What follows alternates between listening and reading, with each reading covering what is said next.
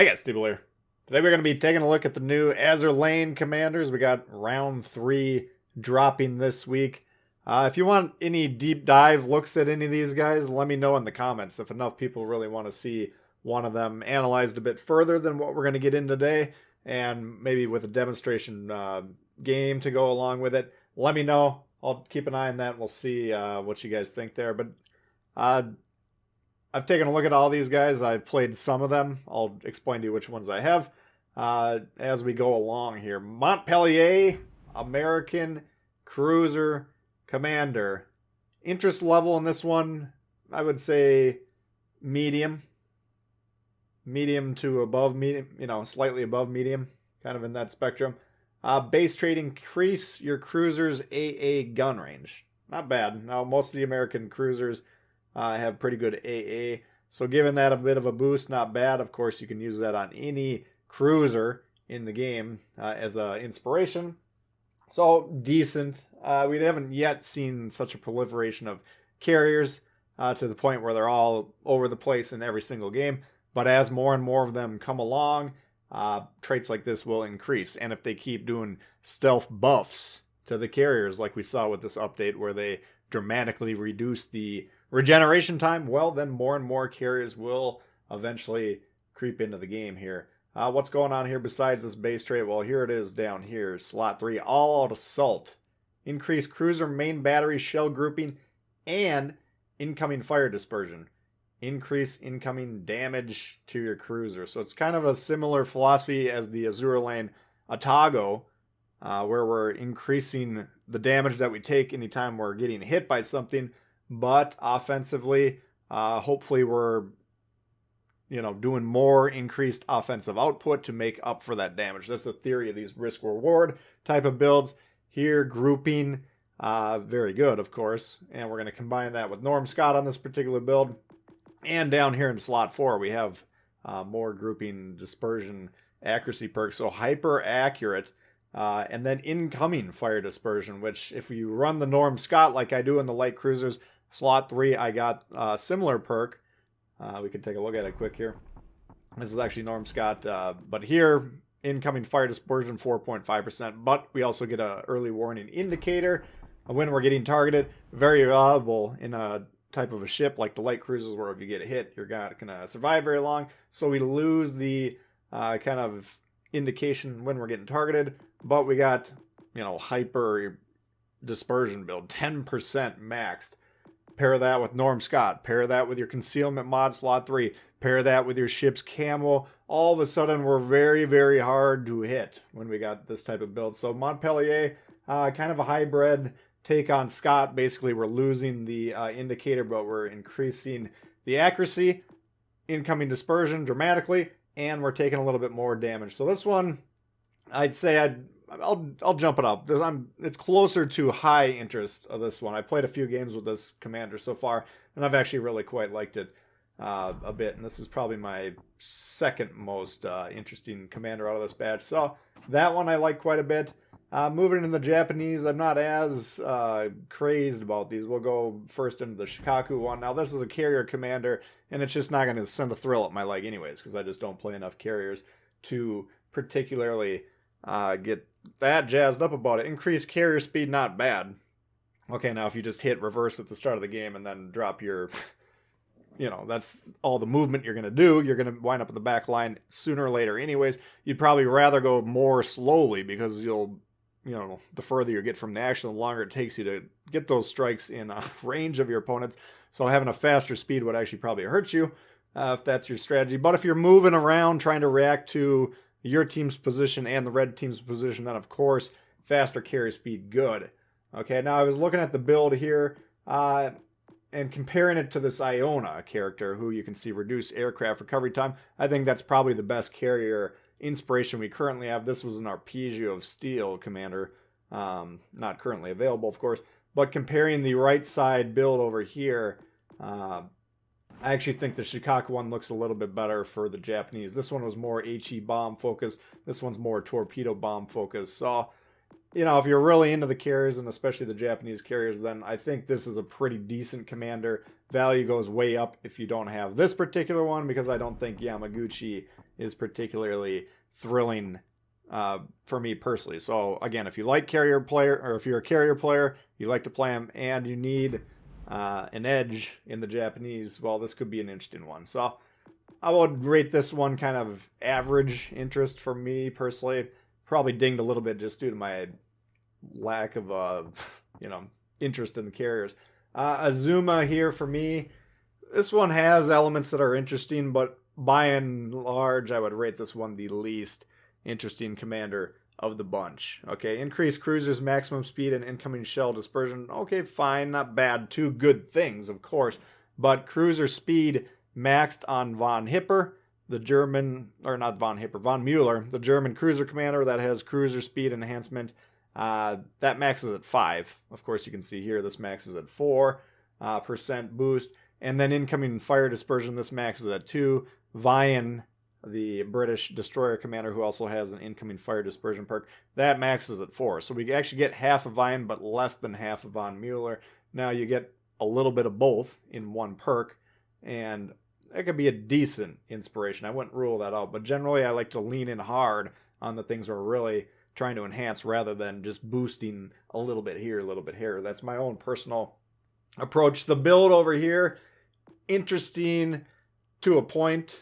I mean, you know, I would generally set up 99% of the Japanese cruisers that we've seen so far with HE kind of range, and then maneuverability would be my 3 focuses here. So here we got HE possibilities here. We can boost the range, speed here, and then we could put this rudder shift perk here, but we're missing out on the unique perk at that point in time, which is like a souped up punch through.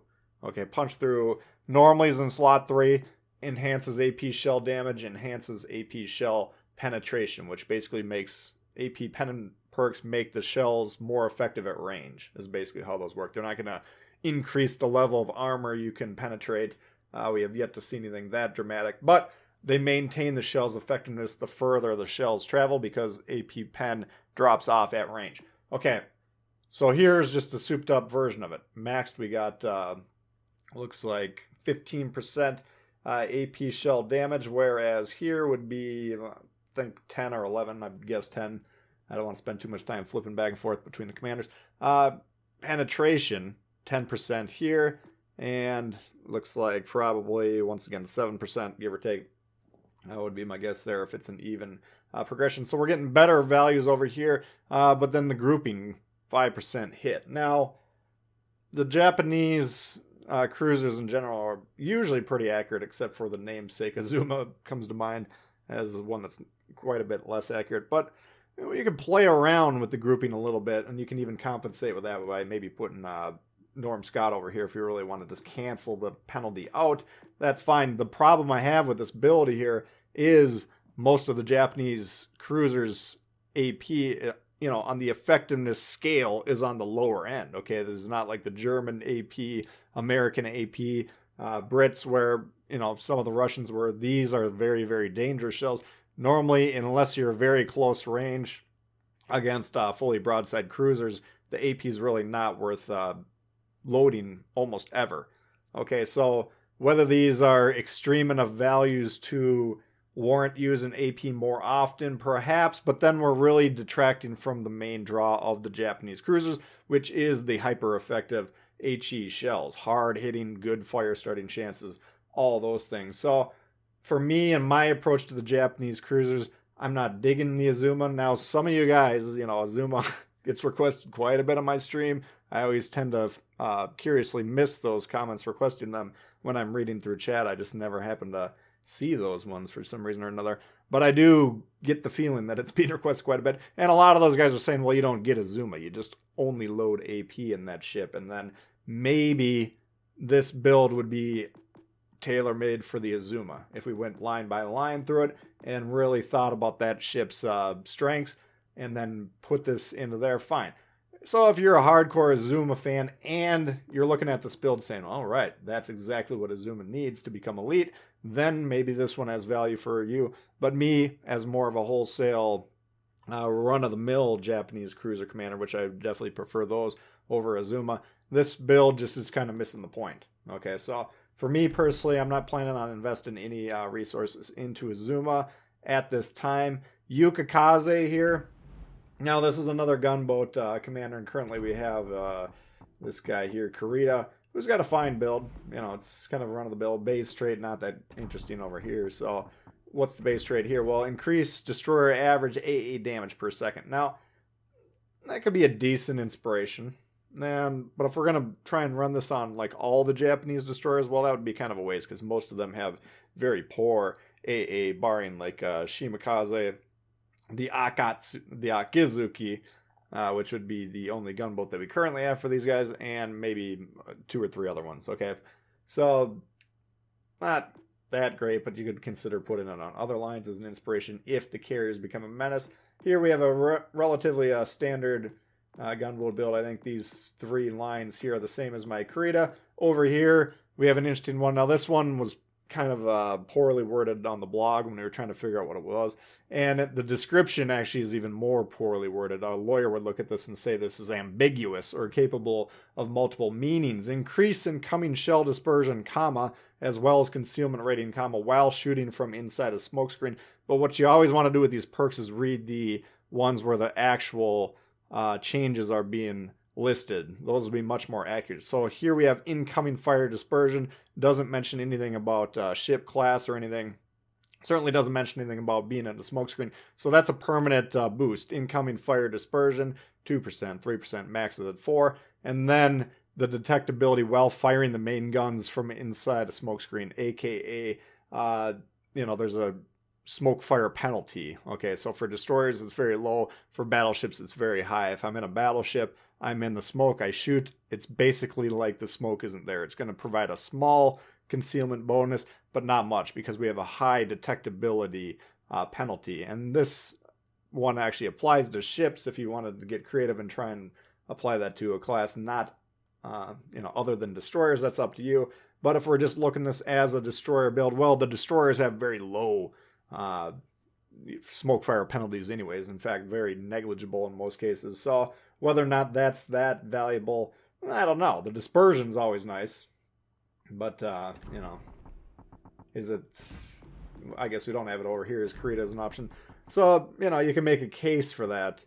But overall, I'm not seeing anything that's like, man, I got to go out and spend money for this one. So I wouldn't particularly target Yukikaze personally, but you guys let me know in the comments if you disagree with me on that one. Another one that I found to be pretty interesting on certain Russian cruisers is this Aurora gal. I think I don't know if they changed the names or that it's a V, it's a U, I don't know. It's supposed to be like the Aurora ship, but it's Avrora. Who knows what the hell that one's called. Base trait, reduce shell type switching time. Interesting concept. And one of my favorite commanders in the game is this Dunkirk, where we get where is it actually here? It's the slot 2, shell type switch time 95%. When the guns are fully loaded, you hit this, your guns go from AP to HE or vice versa in 1 second. 95%. Okay. Over here, though, this is 16, 17, tops out at 20%.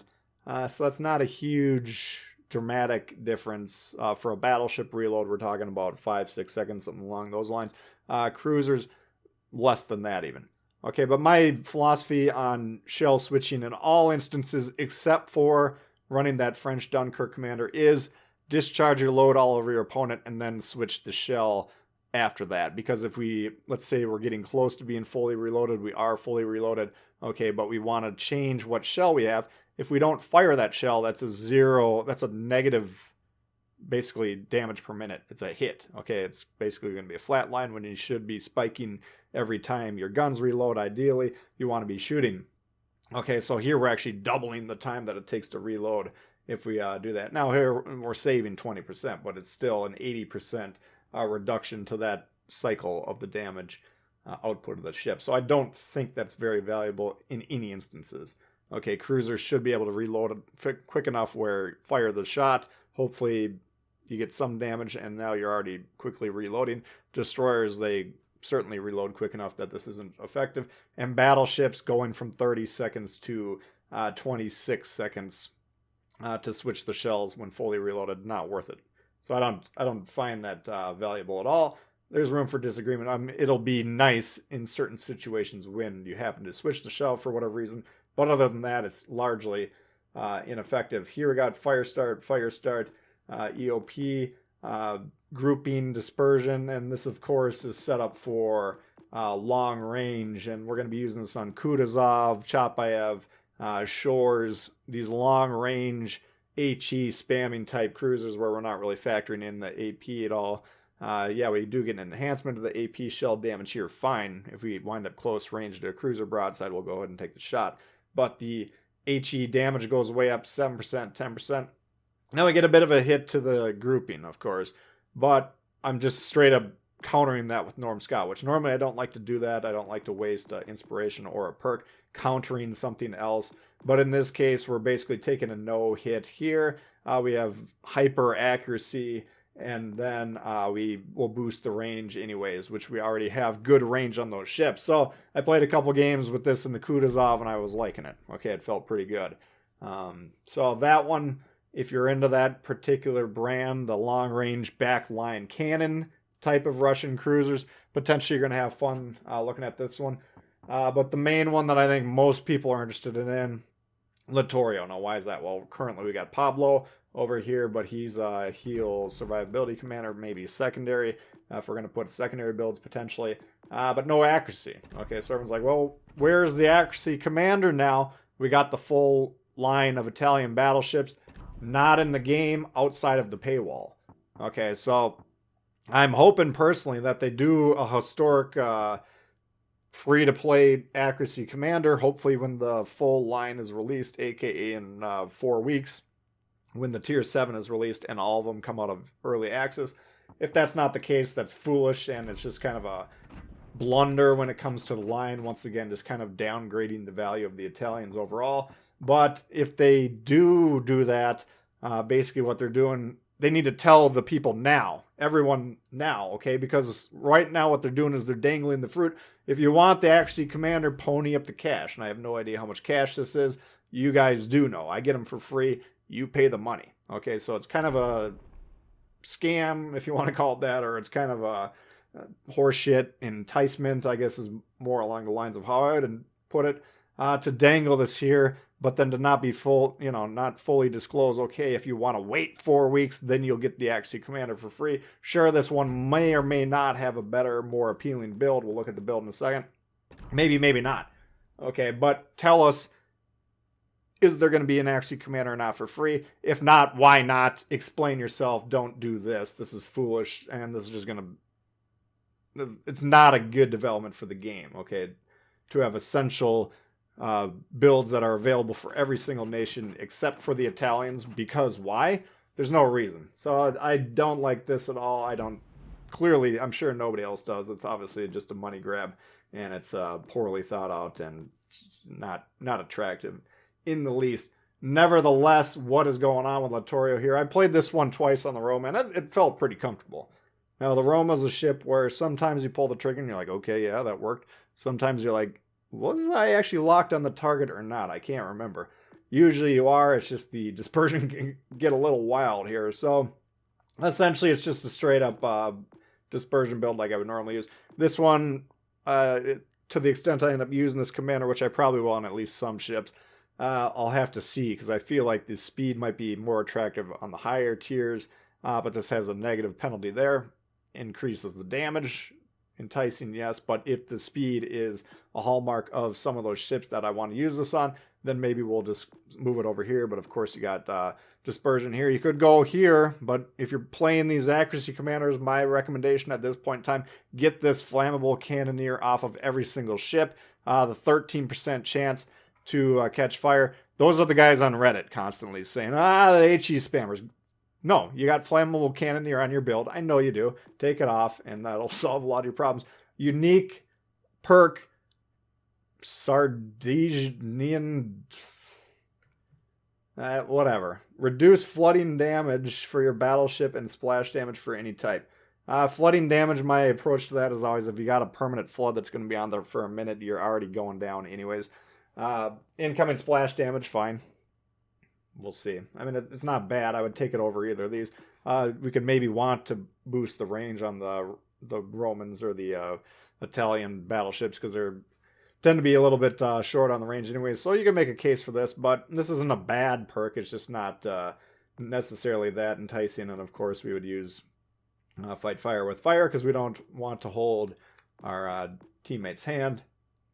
And base trait, reduce repair time of incapacitated modules. How often is that an issue for you on your battleships? I don't know. Duration of fire, flooding, not bad again, but not something I'm probably going to run and put on any other build. So, yeah, it's an accuracy build, but other than that, it's kind of a ho-hum accuracy build. So whether or not that's worth the money, I wouldn't buy it.